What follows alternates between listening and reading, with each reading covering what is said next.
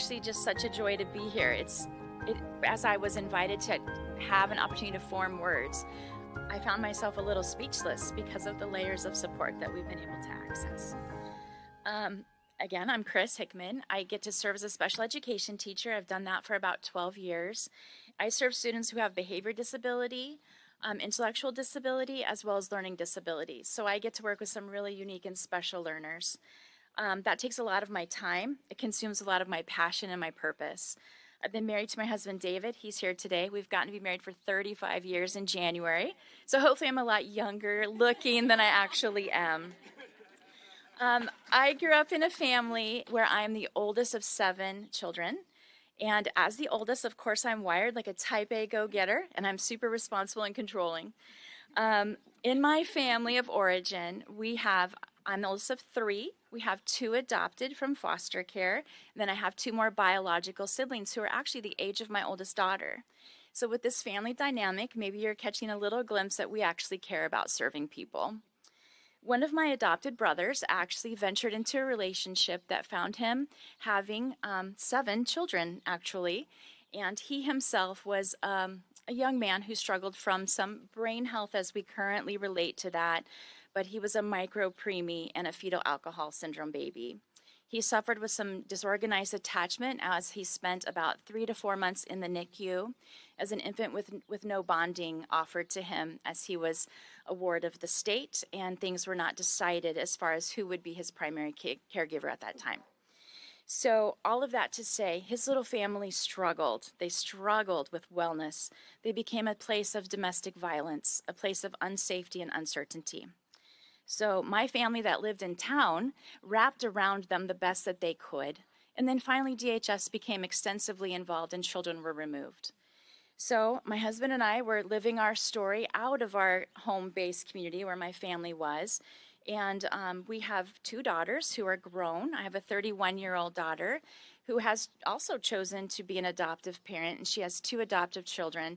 And she and her husband and the sweet girls currently live in New Delhi, India, which is super joyful for my heart.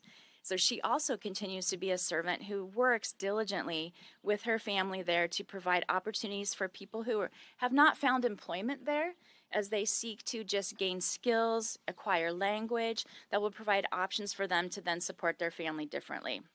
So adoption is very close to my heart. With the trauma that was just settling in on my family of origin, my husband and I found ourselves needing to respond to the need of one of the sweet girls who was my niece. She was 6 at the time when she showed up at our house, ready for soccer. Here is her sweet self.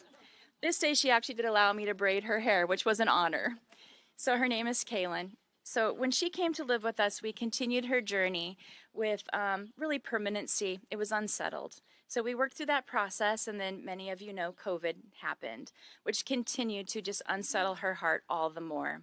She did get to become permanently adopted by my husband and I, and so my name changed from Aunt Chris to Mom, which was a delight for us for a bit until all of that disorganized attachment came raging forward, and my sweet girl came to identify me as Mom, which had been her previous enemy.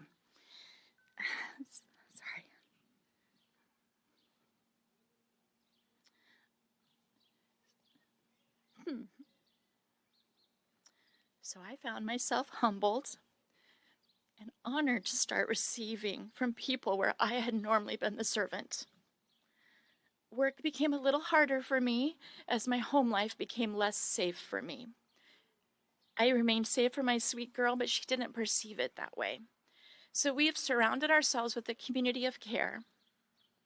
I can't even quite explain how it feels when your sweet girl is no longer eligible for daycare, before or after school care. Maybe some of you can relate to this. When your sweet girl is really not safe to merge into friendship groups unattended.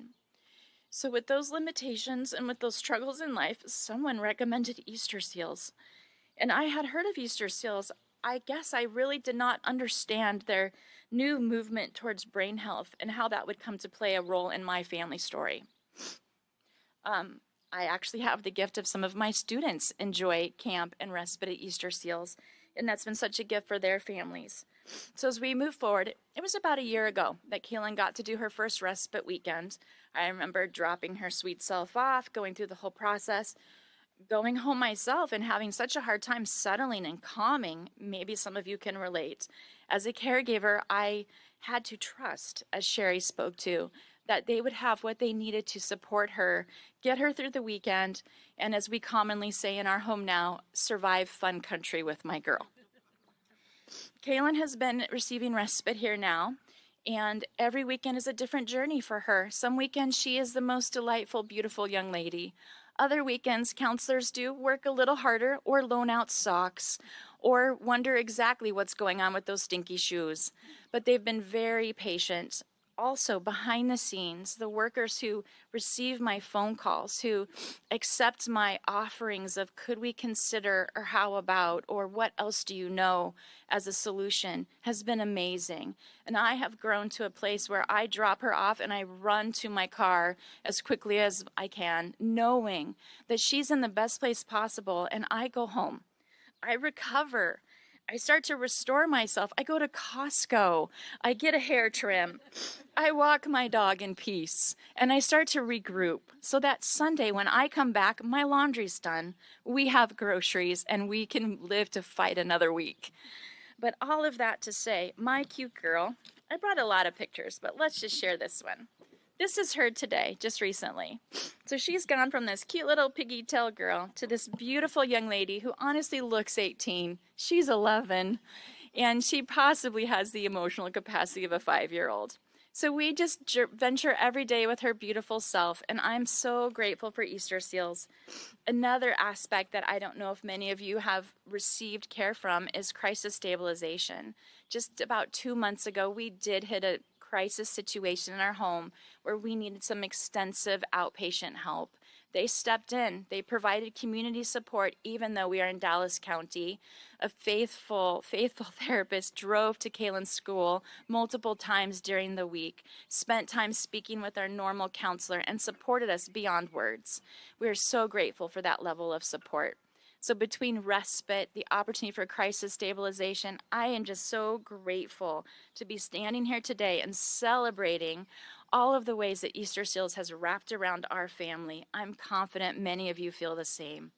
Thank you for your patience with me and for supporting my girl.